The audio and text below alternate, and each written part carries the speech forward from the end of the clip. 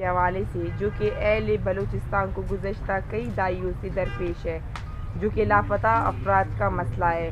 لوگوں کو لاپتہ کرنے اور ان کو طویل مدتوں تک ٹارچر سیلوں میں رکھ کر ان کو انسانیت سوز مظالم دینے کا سلسلہ جاری ہے۔ معزز صحافی حضرات، میر زمان صومالانی ولد شاہ زمان صومالانی اپنے ماموں احمد نواز صومالانی ولد خدائے رحیم صومالانی اور کزن ثناء اللہ بنگلزئی ولد خدائے بخش کے ہمراہ 4 فروری 2024 کو مچھ بولان سے کوئٹہ کے لیے ٹیکسی میں جا رہے تھے کہ تقریباً دوپہر 1 بجے کے قریب ڈگاری کراس پر ایف سی چیک پوسٹ پر انہیں روک لیا گیا، جہاں ایف سی اہلکاروں اور خفیہ اداروں کے اہلکاروں نے ان کی تلاشی لے کر میر زمان صومالانی، احمد نواز صومالانی اور ثناء اللہ بنگلزئی کو گاڑی سے اتار کر اور ان کے آنکھوں پر پٹیاں باندھ کر ایف سی کیمپ لے گئے، جہاں ان سے ان کے موبائل اور نقدی وغیرہ لے لی گئے۔ 2-3 گھنٹے انہیں ایف سی کیمپ میں رکھ کر خفیہ ادارے کے اہلکار انہیں گاڑیوں میں بٹھا کر نامعلوم مکان کی جانب لے گئے۔ واقعہ کے اگلے روز مغرب کے وقت لاپتہ ثناء اللہ بنگلزئی کو سبھی میں مین شاہراہ پر لا کر چھوڑ دیا گیا، جو کہ اس واقعہ کا چشمدید گواہ ہے، اور انہوں نے وائس فار مسنگ پرسنز اور لاپتہ افراد کے کمیشن میں اپنا الفیہ بیان تک جمع کرا چکا ہے۔ ثناء اللہ بنگلزئی کی رہائی کے بعد احمد نواز صومالانی اور میر زمان صومالانی کو تاحال منظر عام پر نہیں لایا جا سکا اور نہ ہی ان کے بارے میں کوئی معلومات دی جا رہی ہے، جبکہ ریاستی اداروں کی جانب سے فیک انکاؤنٹر کی غیر انسانی پالیسی کو تیز کرنے کے بعد ان لاپتہ افراد کے لواحقین کو اپنے پیاروں کی جانوں سے متعلق شدید خطرات تحفظات لائق ہے۔ معزز صحافی حضرات، میر زمان صومالانی اور احمد نواز صومالانی کو ایف سی اور خفیہ اداروں کی جانب سے لاپتہ کیے ہوئے 14 ماہ مکمل ہو گئے ہیں، جہاں احمد نواز صومالانی شوگر اور میر زمان صومالانی اعصابی امراض کا شکار ہے۔ ان کے چھوٹے چھوٹے بچے ہیں اور مائیں شدید اذیت میں مبتلا ہو کر اپنے پیاروں کی راہ تک رہے ہیں، لیکن انہیں منظر عام پر نہیں لایا جا رہا۔ اپنے بیٹوں کی جدائی کی وجہ سے ان کی مائیں اور بچے بیمار رہنے لگے ہیں اور گھر کی تمام خوشیاں ماتم میں بدل گئی ہیں۔ معزز صحافی حضرات، احمد نواز صومالانی اور میر زمان صومالانی کے لواحقین نے ریاستی اداروں سے مایوس ہو کر voice for Baloch missing persons سے رابطہ کیا اور ڈیٹا فراہم کیا، جس پر voice for Baloch missing persons کی جانب سے میر زمان صومالانی اور احمد نواز صومالانی کے کوائف لاپتہ افراد کی بازیابی کے لیے قائم کمیشن کو بھجوا دیا گیا، لیکن گزشتہ کئی ماہ سے سماعت ہونے کے باوجود ان لاپتہ افراد کی بازیابی اور ان کو منظر عام پر لانے کے لیے کوئی اقدام نہیں اٹھایا گیا۔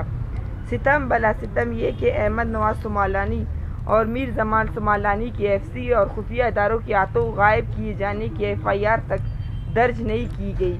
کمیشن کی ہدایات کے باوجود لیوی، تانہ دشت اور دیگر حکام ایف آئی آر درج کرنے سے انکاری ہے۔ معزز صحافی حضرات، دیگر ہزاروں لاپتہ افراد کے لواحقین کی طرح اب میر زمان صومالانی اور احمد نواز صومالانی کے لواحقین بھی ریاستی اداروں اور لاپتہ افراد کے کمیشن کی کارکردگی سے مایوسی کا شکار ہو چکے ہیں اور اپنے پیاروں کی بازیابی کے لیے طویل انتظار اب اپنے پیاروں کی بازیابی کے لیے احتجاج کا راستہ اپنانے کا فیصلہ کر لیا ہے۔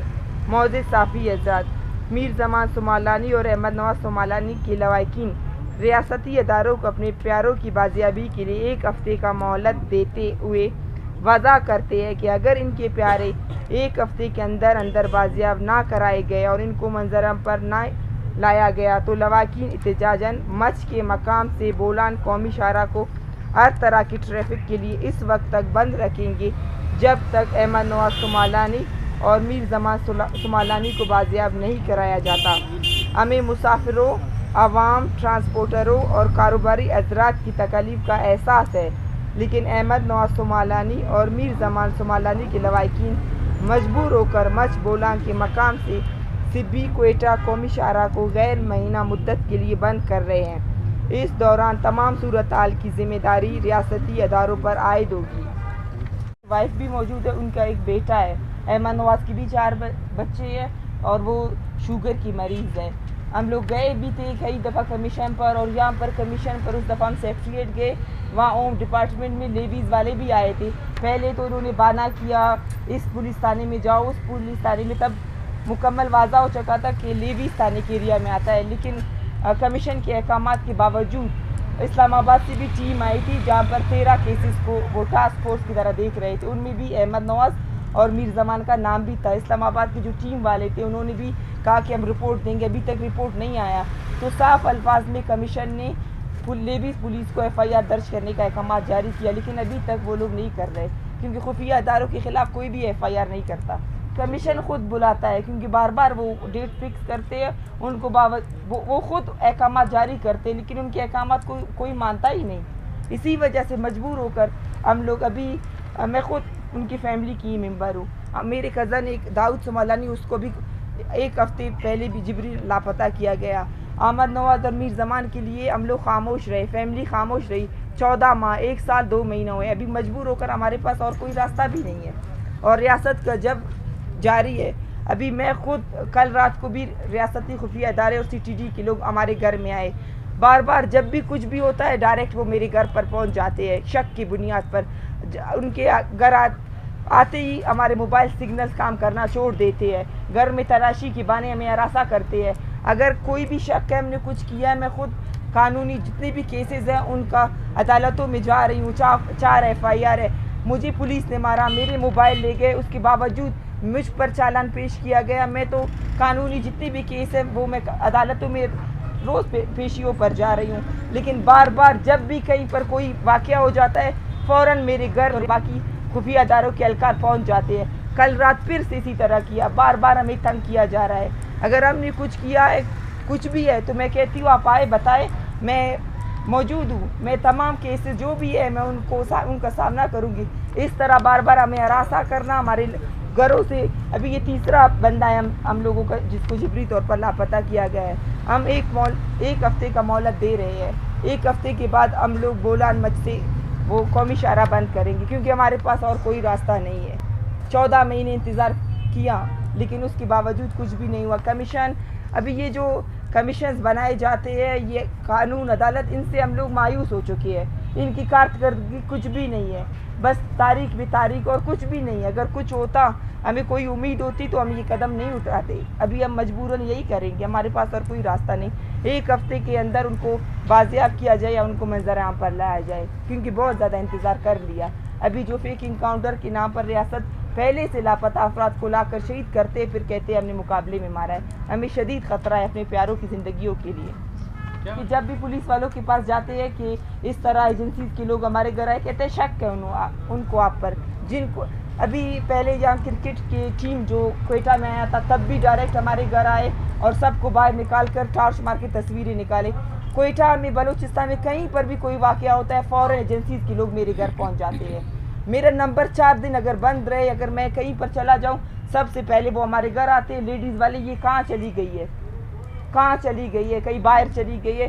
ابھی ہم لوگ پورا رات سو نہیں پاتے کیونکہ ہمیں پتہ ہے روزانہ یہ لوگ آتے ہیں، ہر طریقے سے ہمیں تنگ کر رہے ہیں. 1 ہفتے سے مسلسل رات کو آ کر دروازوں میں، مطلب مسلسل ان کے طریقے الگ ہیں، ہمیں بہت ہراساں کر رہے ہیں.